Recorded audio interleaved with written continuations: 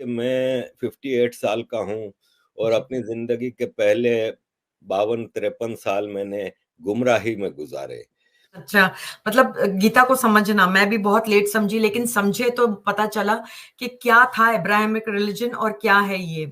इसमें वेद आए, पुराने आए, गीता, रामायण, इसमें मुख्तलिफ दौर में मुख्तलिफ सीख दी गई। प्रॉफिट मोहम्मद कहते हैं कि मैं जब घोड़े पे बैठ के उड़ के आसमान जा रहा था अल्लाह से मिलने के लिए, तो मुझे जहन्नम दिखाई गई, तो मैंने वहाँ भी और देखा जहन्नम औरतों से भरी हुई। नमस्ते दोस्तों, आप सभी को स्वागत है आप सभी का भाई हिंदुस्तानी भाई के यूट्यूब चैनल में। दोस्तों, फिर मैं आज एक वीडियो लेके आ गया हूँ। पाकिस्तान का ही पब्लिक है। पाकिस्तान का पब्लिक बोल रहा है जो गीता से कुछ सीख मिला है उसको। तो पाकिस्तान को मैं बोलना चाहता हूँ, ये जो वीडियो है तुम लोग सह नहीं पाओगे, इतना सच तुम सुन नहीं पाओगे, तो तुम लोगों को देखने का ज़रूरत नहीं है। ठीक है, क्योंकि ये जो बोला है ना, एकदम पूरा सच है, एक नंबर का सच है। तुम लोग तो सुन नहीं पाओगे, क्योंकि ये तो हमारा श्रीमद् भगवत गीता का बात है। उसको बहुत कुछ सीख मिला है जो बोल रहा है ये बात। तो चलिए, पाकिस्तान के पब्लिक क्या बोल रहा है गीता को लेके, वो पहले सुन लेते हैं, बाद में मैं कुछ बोलूँगा।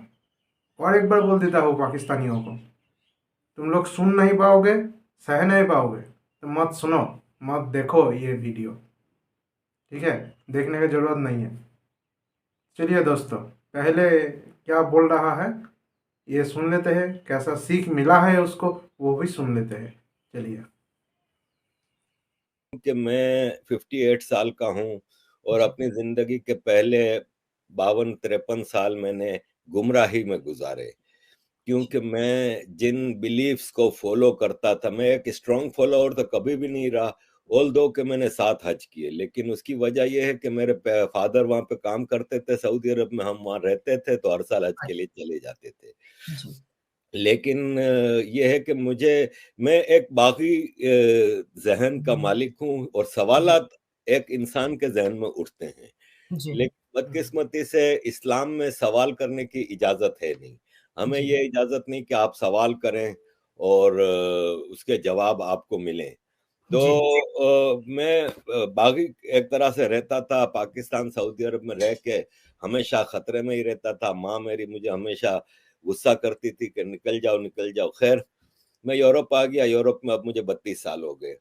यहाँ आके देश छोड़ के इंडिपेंडेंट आना पड़ा। एजुकेशन का मौका मिला। मैंने बड़ी कोशिश की जो कि मेरे पाकिस्तान का सवालात के कैसा जवाबात मिलें। सोच है। फिर मैं ह्यूमन राइट्स के काम में आया, तो आपको पता है ह्यूमन राइट्स में फिर आपको ऐसी-ऐसी चीज़ें पता चलती हैं जब आप यूएन सच जाते बोला हैं, तो उसको मुख्तलिफ देश छोड़ फ़ोरम्स के पे आना जाते हैं। पड़ा यूरोप। जी। तो मुझे जब उन चीज़ों का पता लगने लगा तो मैं फिर इस बात पे मुझे वो हुआ कि इसीलिए तो मैंने और भी बोला, इंडिपेंडेंट सच नहीं सुन पाओगे हिस्ट्री पढ़ी तो जाए। तुम लोगों को वीडियो देखने का लेकिन जरूरत नहीं पाकिस्तान है। इंडिया के हवाले से मेरी चीजें करेक्ट होती गई, क्योंकि हमें तो ये भ्रम दिया गया था कि हमने 65 की जंग भी जीती है, 71 की जंग भी एक भी जीती है, जंग जीता इंडिया नहीं हमारा बहुत पाकिस्तान। बड़ा दुश्मन 65 है, की 71, हिंदुओं ने एक कसम भी खाई नहीं। है कि मुसलमानों को मिटा के रख देंगे, ये वो। लेकिन जब मैंने वो हिस्ट्री पढ़ी तो मुझे उसका बिल्कुल उलट मिला कि जी। पाकिस्तान ने जंग जीती नहीं एक थी, भी बहुत बुरी जंग तरह से नहीं हारी जीता थी। अरे पाकिस्तान। थे। और ये हिंदुओं ने नहीं, मुसलमानों जितना ने बोलता है कसम पूरा खाई है कि झूठ हिंदुओं बोलता को है, और मिटा बच्चे देंगे, को जितना सारे बुत पढ़ाता तोड़ है देंगे, स्कूलों में ये है, वो वो है। भी झूठ ही जी। पढ़ाता है। ऐसे में मैंने गीता खरीदी थी 90s में,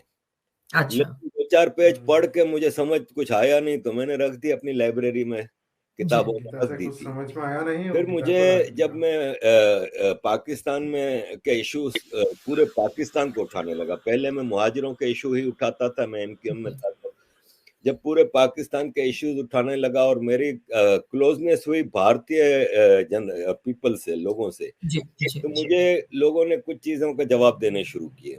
जी। उसमें मेरे कुछ गुरु बन गए और मुझे सवालात के जवाबात मिलने लगे। और फिर मुझे किसी ने गीता की एक आसान ट्रांसलेशन भेजी, जो मैंने पढ़नी शुरू की तो दरवाजे खुलते गए, खिड़कियाँ खुलती गईं। और बेसिक सवाल ये था मेरे ज़हन में कि अल्लाह ने सबको पैदा किया है और अल्लाह बहुत ही रहीम है, करीम है, बहुत ही काइंड है। तो फिर मैं ये सोचता था कि फिर एक काइंड है, वो कहता है कि जो कलमा नहीं पढ़ता उसको मैं जहन्नम की आग में जलाऊँगा। तो मैं सोचता था कि यार मेरे बच्चे हैं, अगर उसमें से एक बच्चा मेरी बात नहीं मानता तो क्या मैं उसको आग में जला सकता हूँ? तो जब मैं एक इंसान नहीं कर सकता तो वो रहीम व करीम कैसे ये कर सकता है? तो मुझे गीता में इसका जवाब ये मिला कि अल्लाह कहता है कुरान में कि भाई मेरी बात नहीं मानोगे तो मैं जहन्नम की आग में जलाऊंगा। गीता में भगवान कृष्ण कहते हैं अर्जुन को कि मैंने तुम्हें सारा ज्ञान दे दिया, सारी बातें समझा दी, अब ये तुम पे है, तुम मानो तो मानो, नहीं मानो तो नहीं मानो। इसी तरह कुरान में है कि आप सिर्फ एक अल्लाह की इबादत करोगे, बाकी अगर किसी की इबादत करोगे तो आप जहन्नम में जाओगे। गीता के कि कहीं आपको कन्फाइन नहीं करती नहीं, कि आप दुनिया सिर्फ से कुछ कृष्ण नहीं जी है। की पूजा करोगे या आप गणपति जी की, वो कर्मा पे सारा जोर है जिनको कि पसंद है अपने अमल अच्छे उसी को बनाओ, पूजा इंसान, करो। जानवर, फल, फूल, पौधे, हर चीज का ख्याल रखो। और यही आज का साइंटिस्ट कहता है कि क्लाइमेट के हवाले से और ये सब चीजें, गीता कहता है कि नरम साफ सुथरी फूड खाओ, वही जी आजकल बायो फूड के ऊपर बहुत ज्यादा जोर है। तो ये सारे जवाबात मुझे गीता से मिलने लगे। और फिर मुझे एक खूबसूरत धर्म से इंट्रोडक्शन हुआ जिसमें सारे एक्टिवेट है। इंक्लूसिव फैसिलिटी फेस्टिवल्स हैं कि जी आप सारे फेस्टिवल्स, एक तो फेस्टिवल्स का धर्म है, 12 इसमें महीने कहीं में 13 कोई फाल्गुन है। मार कुटाई ये वो 13 नहीं है, नॉन फेस्टिवल है वायोलेंस है एक साल में। टोटल। और इसमें इंक्लूसिव है कि आप सबको अब हाँ, दिवाली की बर्फी खिलाएं, आप सबके साथ मिलके होली मनाएं, दिवाली मनाएं, ये वो।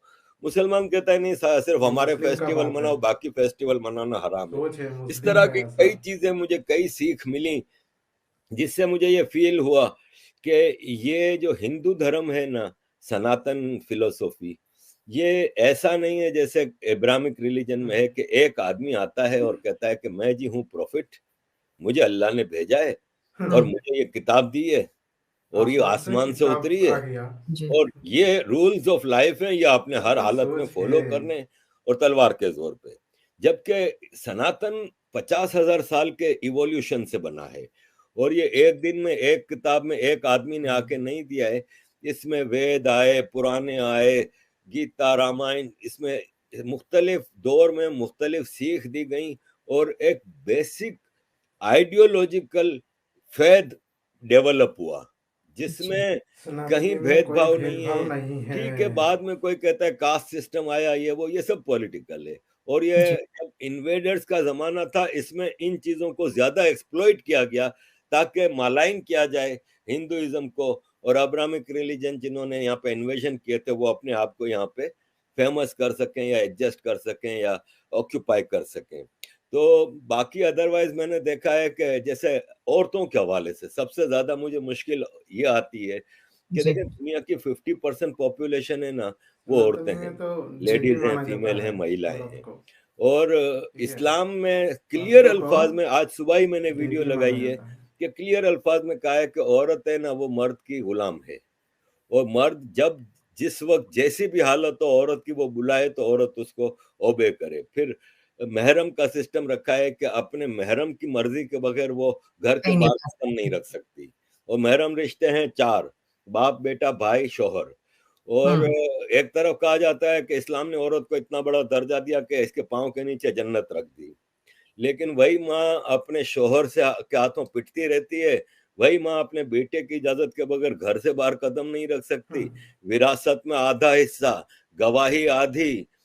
प्रॉफिट मोहम्मद कहते हैं कि मैं जब घोड़े पे बैठ के उड़ के आसमान जा रहा था अल्लाह से मिलने के लिए, तो मुझे जहन्नम दिखाई गई, तो मैंने वहां भी कहा और जहन्नम औरतों से भरी हुई है। जी एक औरत ने सवाल किया कि या रसूल अल्लाह ऐसा क्यों था? तो बोले इसलिए कि वो अपने शौहर की बात नहीं मानती, यानी क्या गुलामी सोच करो है तो तुम लोग मुस्लिमों की। हम्म तो 50% ये पॉपुलेशन गुलामी के राइट्स सोच तो है वैसे ही उनकी। खत्म हो गए। जबकि हिंदू धर्म में देवियां हैं औरतें, मुसलमानों में कोई देवी नहीं है, लेकिन हिंदू धर्म में देवियां हैं। कहीं हमने हिस्ट्री में ऐसा नहीं देखा कि भेदभाव हो कि औरत की आधी विरासत है या आधा हिस्सा है या ये वो। ठीक है, एक सोशल कल्चरल बैकवर्डनेस जो आई भारत में जी इन्वेजन्स की वजह से, उसकी वजह से कुछ इलाकों में हो सकता है कि गांव गोठों में तो कुछ औरतों को गांव में एक्सप्लॉइट होता किया है क्या जाता हो, लेकिन पुराना दैट्स जो नॉट ऑन पहले भी है। Religious grounds. तो ये जी सारी चीजें थी जिससे कुछ कुछ मुझे गांव महसूस अभी हुआ भी ऐसा है, कि द पुराना राइट लोग है पाथ जिस इज टू गांव में फॉलो वहां गीता, पे ऐसा नो सोच है। Other book. जी, बहुत अच्छी बात है। मुझे तो बहुत खुशी होती है आपने इतना अच्छा मतलब गीता को समझना, मैं भी बहुत लेट समझी लेकिन समझे तो पता चला कि क्या था अब्राहमिक रिलीजन और क्या। तो दोस्तों, देखा ना कैसा सोच बदल रहा है पाकिस्तान के पब्लिक का। हाँ, ये पाकिस्तान का ही है, लेकिन इसका सोच बदलने का कारण है ये पाकिस्तान छोड़ के भाग गया था। सच तुम नहीं बोल सकते हो, इसलिए वो सच बोला था, इसलिए उसको पाकिस्तान से यूरोप भाग के जाना पड़ा। इसीलिए इतना सच अभी बोल रहा है, ठीक है, क्योंकि मद्रासा छाप वो नहीं है, वो पढ़ाई किया है यूरोप में, इसलिए वो सच बोल सकता है। यूरोप में रहते हैं इसलिए वो सच बोल सकते हैं, पाकिस्तान में रहता तो वो सच नहीं बोल सकता। ये गीता पढ़ना भी उसको इजाज़त नहीं था, ठीक है, पाकिस्तान में। तो दोस्तों, मुझे तो बहुत अच्छा लगा, आप लोगों को भी बहुत अच्छा लगेगा, क्योंकि इसको बहुत अच्छा सीख मिला है गीता से, और ये बोला भी है।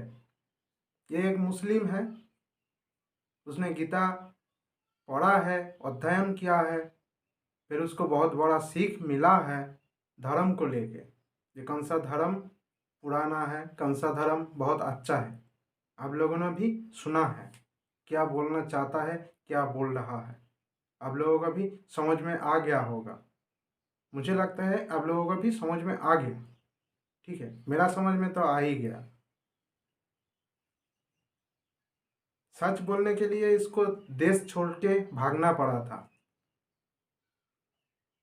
कैसा देश है पाकिस्तान, जहाँ सच नहीं चलता है, सिर्फ झूठ ही झूठ भरा हुआ है। चलिए दोस्तों, फिर आएंगे। जय हिंद, वंदे मातरम। और अच्छा लगे तो शेयर कीजिए और सब्सक्राइब भी कीजिए। चलिए।